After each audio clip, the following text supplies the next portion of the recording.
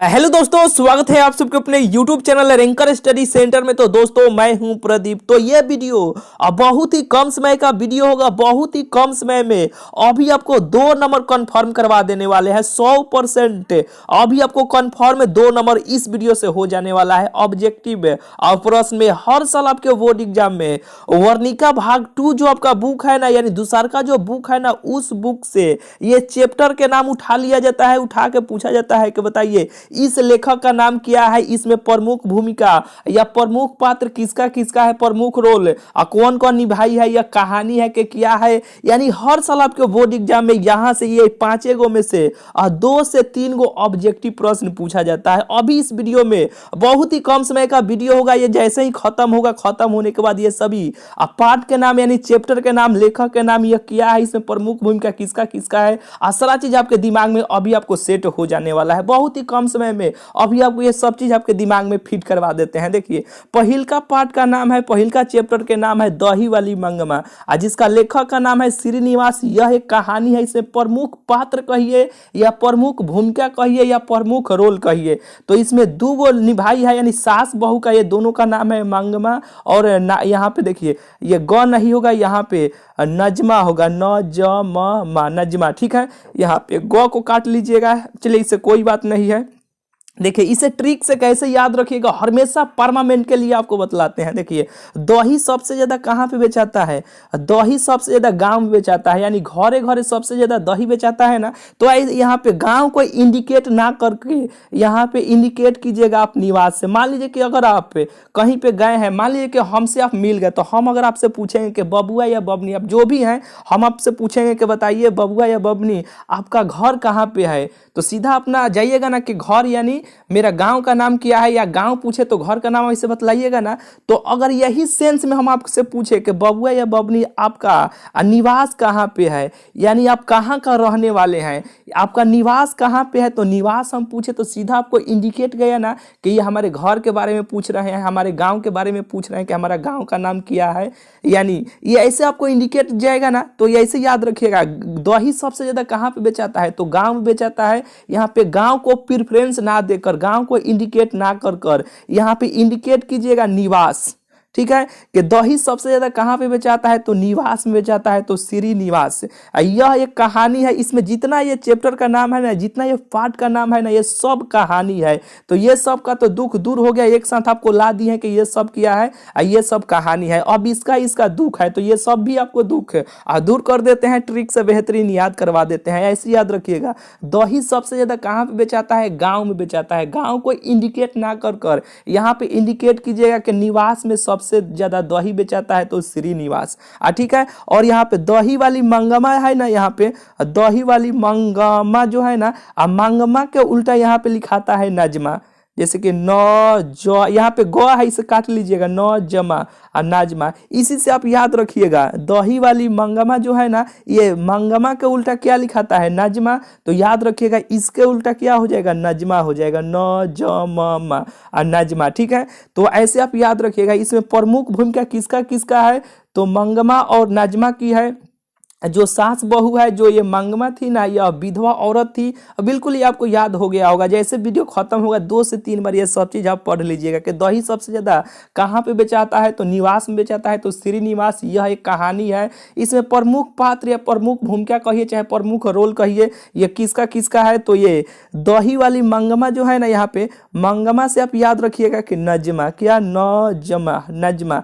यहाँ पे ग को काट लीजिएगा, ये ग को। ठीक है, और नजमा इसके उल्टा ये हो जाएगा। बिल्कुल ये आपको बुझा गया होगा। चलिए, दूसरा का नंबर यहाँ पे देखिए, ढहते विश्वास, जिसका लेखक का नाम है 7 कोरी होता है। यह कहानी है। यह इसमें प्रमुख पात्र या प्रमुख भूमिका लक्ष्मी निभाई है। तो इसे कैसे याद रखिएगा, मान लीजिए किसी का विश्वास अगर आप तोड़ देते हैं, विश्वास किसी का ढह जाता है। ठीक है, ऐसे आप याद रखिएगा, ढहते विश्वास, किसी का अगर आप विश्वास तोड़ देते हैं तो वो लोग अधिकांश गाली देते हैं, गरियाता है लोग ना।